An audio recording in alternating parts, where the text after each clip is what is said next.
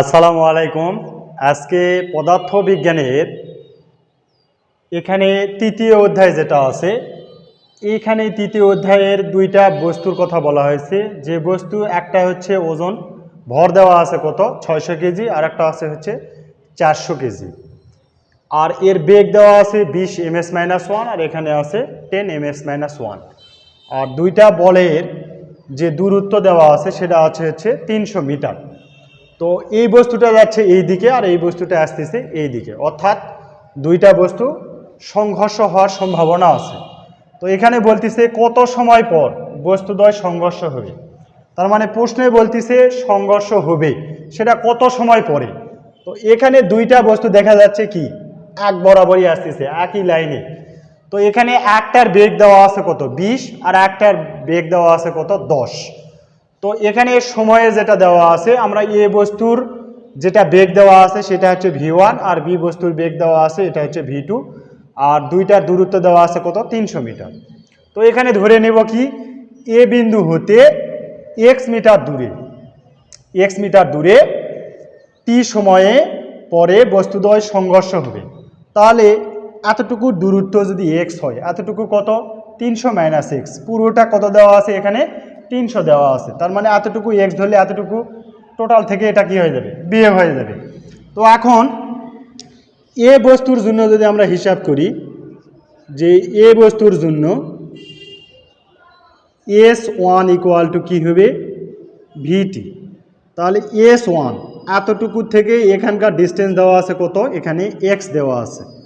তাহলে v1 এর মান এখানে আমাদের দেওয়া আছে কত 20, t তো t থেকে যাবে। আবার বি বস্তুর ক্ষেত্রে যদি হয় বা বি বস্তুর জন্য যদি হয়, এখানে কি আসতেছে S2 ইকুয়াল টু v22। তাহলে S2 এর মান কত, এই যে এখান থেকে এখানকার যে মান আছে সেটা কত 300 - x, আর v2 এর মান দেওয়া আছে কত 10, এখানে হবে t। এখানে 300, x এর মান দেওয়া আছে কত 20t, তাহলে 20t ইকুয়াল টু 10t।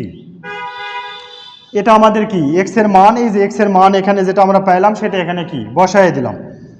এখানে যদি আমরা হিসাব করি এখন 300 ইকুয়াল 10t প্লাস হচ্ছে 20, যোগ করলে কত হবে 30t।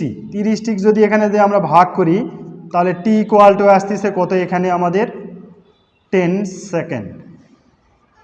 তাহলে 10 সেকেন্ড পরে এই বস্তুদ্বয় সংঘর্ষ হবে, এতটুকু লিখে দিলে আমাদের কি অ্যান্সার হয়ে যাবে।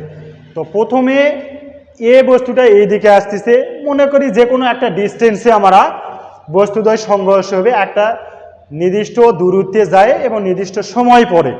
তো এখানে এ বিন্দু থেকে আমরা সময় বা দূরত্ব ধরে নিয়েছি, আবার বি বিন্দু থেকেও কি দূরত্ব ধরে নিয়েছি। এ বস্তুর জন্য s equal to v t, B বস্তুর জন্য কি এস ইকুয়াল টু ভিটি। এখানে এ বস্তুর জন্য এস এর মান বসাইছি, এখানে বি বস্তুর জন্য এস এর মান কি আমরা বসাই দিছি। এখানে এ বস্তুর জন্য ভি এর মান বসাইছি, বি বস্তুর জন্য ভি এর মান বসাইছি, বসে এই যে এক্স এর মান এখানে আমরা পাইছি 20টি, এখানে বসাই দিয়ে ক্যালকুলেশন করলেই আমাদের কি অ্যান্সার হয়ে যাবে। তো এই জাতীয় অঙ্ক যদি থাকে সংঘর্ষ হওয়ার ক্ষেত্রে কত সময় পরে, তাহলে এই নিয়মে করলে বেসিক্যালি আমাদের অ্যান্সার হয়ে যাবে। তো এই জাতীয় অঙ্ক থাকলে আশা করি সবাই করতে পারবে। সকলকেই ধন্যবাদ।